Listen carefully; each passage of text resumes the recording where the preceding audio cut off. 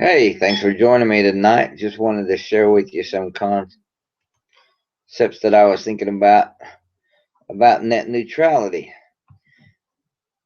And I'm just wondering, as you've probably heard by now, the Federal Communication Commission recently approved new rules based on the principles of net neutrality that essentially finally put some sort of regulation over internet usage. Some are calling it the Equal Opportunity Act for internet speeds and access to websites. But is this ultimately good or bad for the typical internet user? First of all, we ought to talk about what is net neutrality. People banter the term net neutrality around like they understand what it means, but what the heck is it really? Net neutrality is the concept that your internet provider should be a neutral gateway to everything that's online. It shouldn't act as a gatekeeper that decides to load some sites slower than others or try to extract fees for faster service.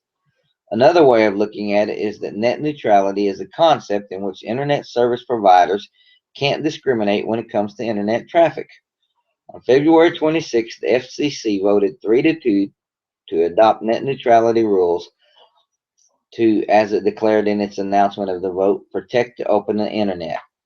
Now, this is 3 Democrats to 2 Republicans. I don't know if that matters or what that necessarily means. I don't normally agree with the Democrats, but I'm I'm kind of open-minded about this net neutrality thing. Why do we need net neutrality? So why should internet users be concerned with net neutrality of the internet? There's plenty of great reasons. First, without net neutrality, internet service providers could, in theory, demand more money from companies like Hulu or Amazon to speed up traffic to their sites. Conversely, they could slow down traffic from sites that aren't willing to pony up the extra cash. So is that a big deal? Yeah, it sure is. For example, during peak periods in the US, about 30% of internet traffic comes from a single service. Guess which one? Netflix. So let's say your internet service provider is AT&T. They might tell Netflix, "We want you to pay us double what you pay now, or else we're going to slow down your streaming speeds so that people watching House of Cards will ditch it because it keeps dropping in the middle of President Frank Underwood's best scenes."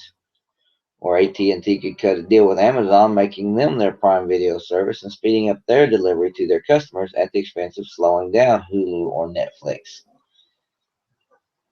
All the FCC did was to get rid of all those scenarios and create a more level playing field for everybody.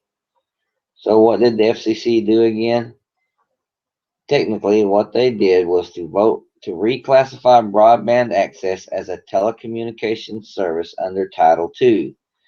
In English, what that means is that the FCC can make broadband a utility, which in turn gives the FCC a lot more regulatory power over internet providers, which I'm not sure is a good thing, but overall, I can see how it can be if it's not abused, and that's what I'm hoping is that they don't abuse it because it can be a great thing.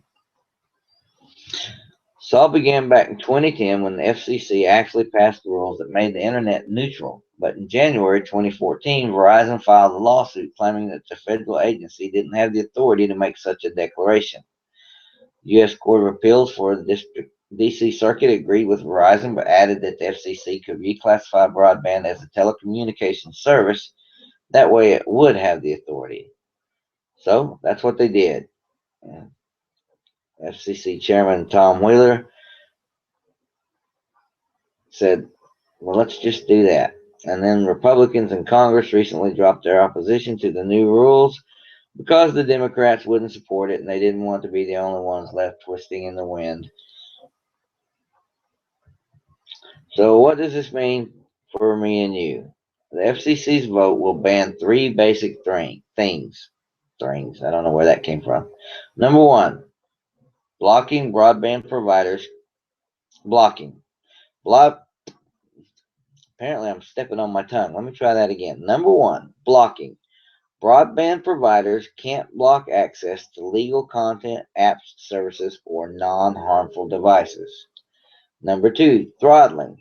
Broadband providers can't impair or degrade lawful internet traffic on the basis of content, apps, services, or non-harmful devices. And number three, prioritization. Broadband providers can't favor some lawful traffic over other lawful traffic in exchange for consideration. Consideration in this sense means money. The rule over IS also bans ISPs from prioritizing content and services of their affiliates. So this is a really big, bold move by the FCC, and the consequences for internet users will probably be felt for years to come. Anyway, that's all I got tonight. I just wanted to share that with you. I hope you found some use in it. I know when I was researching it, it helped me to better understand it. I'm usually anti-government intrusion. I hope this doesn't turn into that. So let me know what you think, and I look forward to hearing from you.